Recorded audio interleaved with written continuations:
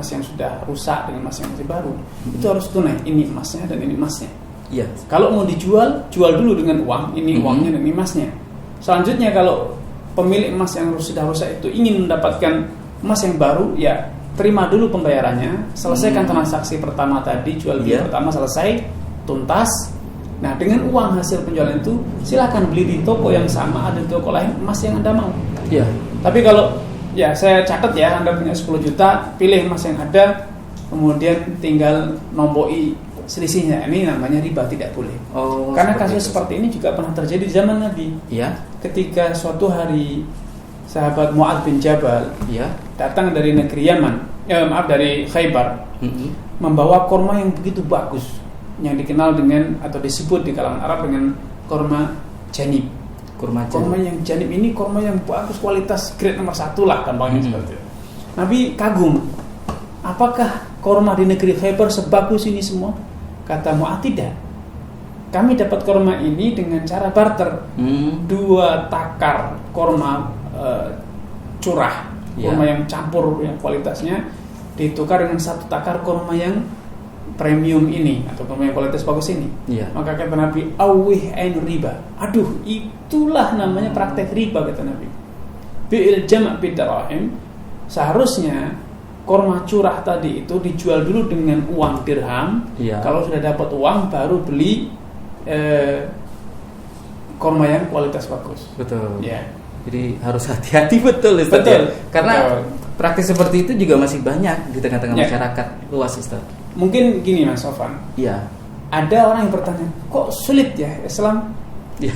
Tukar tambah tidak boleh. Padahal saya suka sama suka. Ini korma bagus dengan korma jelek, saya suka, tidak masalah. Saya ridho, tidak dipaksa kok. Saya tidak mencuri. Kalau mencuri jelas diharamkan. Betul. Ini apa salahnya? Saya rela, dia rela. Ini satu hal yang penting yang seringkali diabaikan oleh banyak orang, bahkan mungkin tidak disadari oleh banyak orang. Stabilitas ekonomi itu penting. Islam betul-betul ingin menjaga stabilitas ekonomi masyarakat. Alat transaksi, kalau kita sudah punya dinar, dirham, kita punya uang rupiah, mau pecahan 100.000 atau pecahan 10.000, sama nilainya. 10 lembar uang pecah 10.000 nilainya 100.000. 1 lembar 100.000 nilai 100.000. Daya belinya sama. Ketika saya mau beli bakso dengan 1 mangkoknya 10.000, saya bawa 10 lembar, ya tetap dapat 10 mangkok. Bawa 1 lembar 100.000, ya dapat 10 mangkok. Artinya daya belinya sama.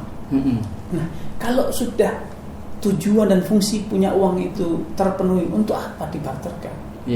Betul. Pastikan ada tujuan-tujuan yang bersifat sekunder, bukan primer. Nah, tujuan-tujuan yang bersifat sekunder itu boleh dipenuhi, tapi jangan sampai mengganggu, menimbulkan instabilitas ekonomi. Karena ketika alat transaksi sudah diperdagangkan bebas, akhirnya fungsi sebagai alat hilang, karena dia setelah menjadi objek ekonomi. Betul. Tidak lagi sebagai alat ekonomi, bukan sebagai alat bantu, tapi sudah menjadi objek ekonomi, dan itu akan menimbulkan yang seperti sekarang dikenal dengan inflasi dan deflasi. Kalau kita utang barang, katanya diukur dengan uang, itu nilainya 100 juta ya. Oke. Ketika kita utang uang dinilai dengan barang, itu senilai 10 ekor sapi loh. Sekarang standar nilainya apa sih, sapi atau uang? Nah, padahal dalam semua disiplin ilmu, dalam semua aspek kehidupan manusia, alat ukur itu penting. Standar ukur, kalau kita berbicara bobot, kita contohnya adalah kilo. Kilo ini harus baku dong. Kilo Madura, kilo Jawa sama. Tapi kalau kilonya ini 1 kilo emas, itu dapat misalnya 1 kintal singkong ya. Oke. Besok ternyata singkongnya murah. Sekarang 1 kilo atau 1 kilo emas ini beda lagi, dapatnya 2 kintal, 2 ton singkong. Beda lagi, akhirnya hilang alat ukur. Kalau kita tukang jahit, ukuran panjang jelas sentimeter. Betul. Ada alat ukur yang lain, itu jengkal. Jengkal saya dengan orang beda. Nah, kalau sekarang alat ukur kita ini tidak baku, tukang jahit bingung nanti. Lebar bahu kita dijengkali gini pakai jengkal, ujung-ujungnya beda jengkal. Betul. Repot nanti ya. Nah, satu-satunya disiplin ilmu sekarang yang tidak punya acuan nilai yang baku adalah ilmu ekonomi. Makanya dikenal inflasi dan deflasi. Betul. Tapi dalam semua ilmu ada satuan ukur yang baku. Apa itu? Kayak misalnya KWH dalam ilmu listrik. Kalau kita dalam ilmu bobot kilo.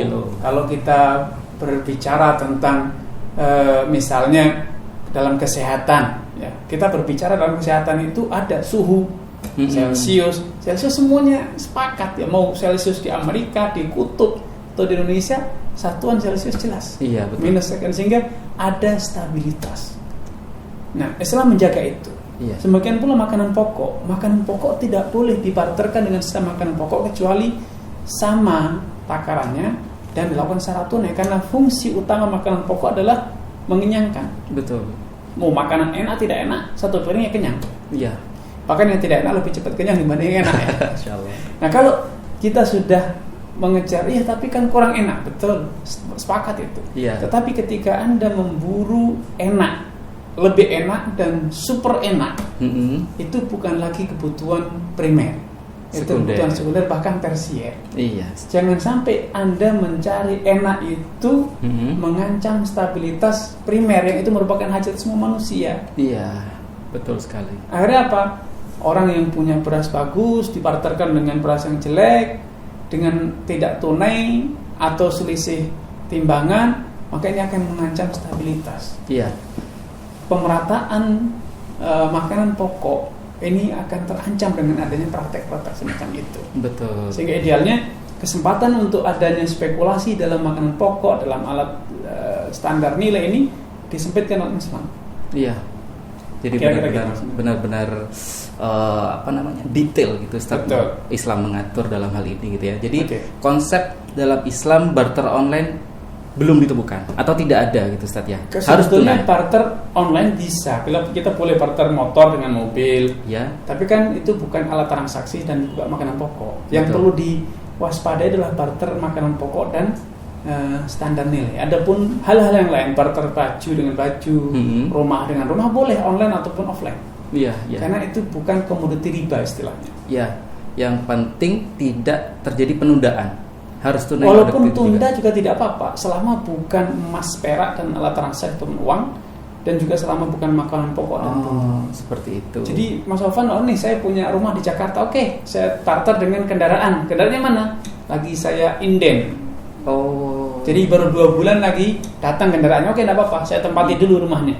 Boleh Ustaz ya. Mas Sofan nanti kalau sudah datang mobilnya saya serahkan, boleh. Iya. Karena mobil dan rumah bukan komoditi riba, bukan alat transaksi dan juga bukan makanan pokok.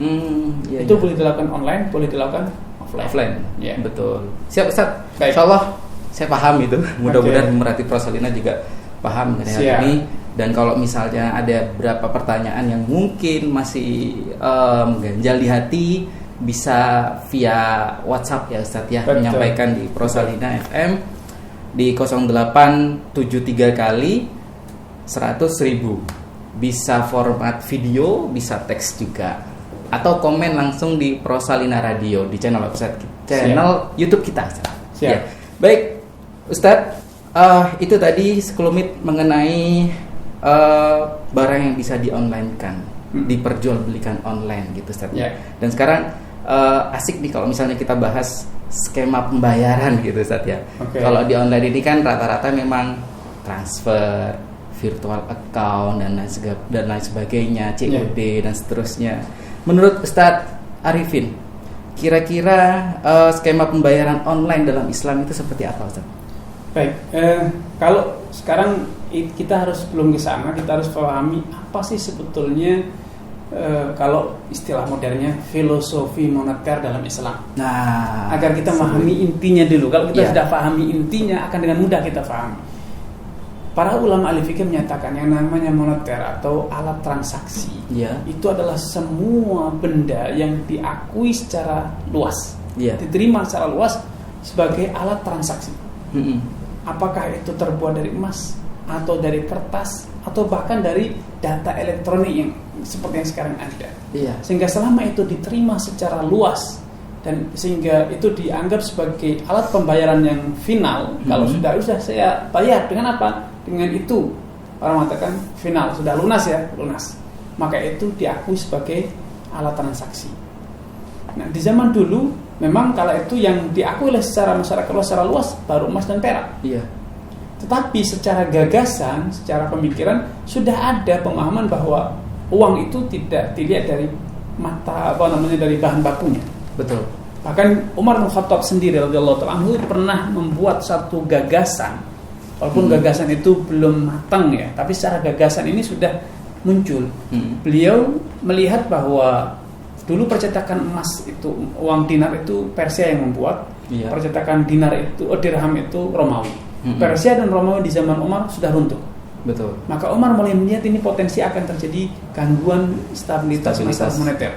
Maka beliau menggagas ingin mencetak mata uang sendiri. Tapi dengan apa mencetak? Di Mekah Madinah waktu itu belum ada tambang emas perak. Iya. Masih sulit mendapatkan emas dan perak itu. Maka beliau menggagas bikin uang terbuat dari kulit onta. Wah. Ingin dicetak gitu. Tetapi buru-buru para sahabat langsung mengingatkan, wahai Khalifah Amirul Mukminin, kalau engkau cetak uang dengan kulit onta, ujung-ujungnya kita nanti tidak punya onta lagi. Semua orang akan sembelih ontanya, dicetak sendiri, karena belum ada standar untuk menjadikan ini valid ya. Betul. Belum ada kode, barcode, macam-macam gitu kan. Kalau jika sudah cetak ya tinggal cetak mesin, lempengan cetakannya ditempelkan tercetak, itu kan sulit ya untuk mengukur uang yang palsu atau uang yang asli. Iya. Maka ide itu diurungkan. Di zaman Imam Malik, gagasan itu terus dipikirkan bagaimana solusinya. Mungkinkah ada alat transaksi selain emas dan perak? Imam Malik mengatakan, andai ini secara gagasan ide fikih, andai masyarakat internasional, masyarakat luas itu menerima kulit onta, kulit hewan itu sebagai alat transaksi sehingga punya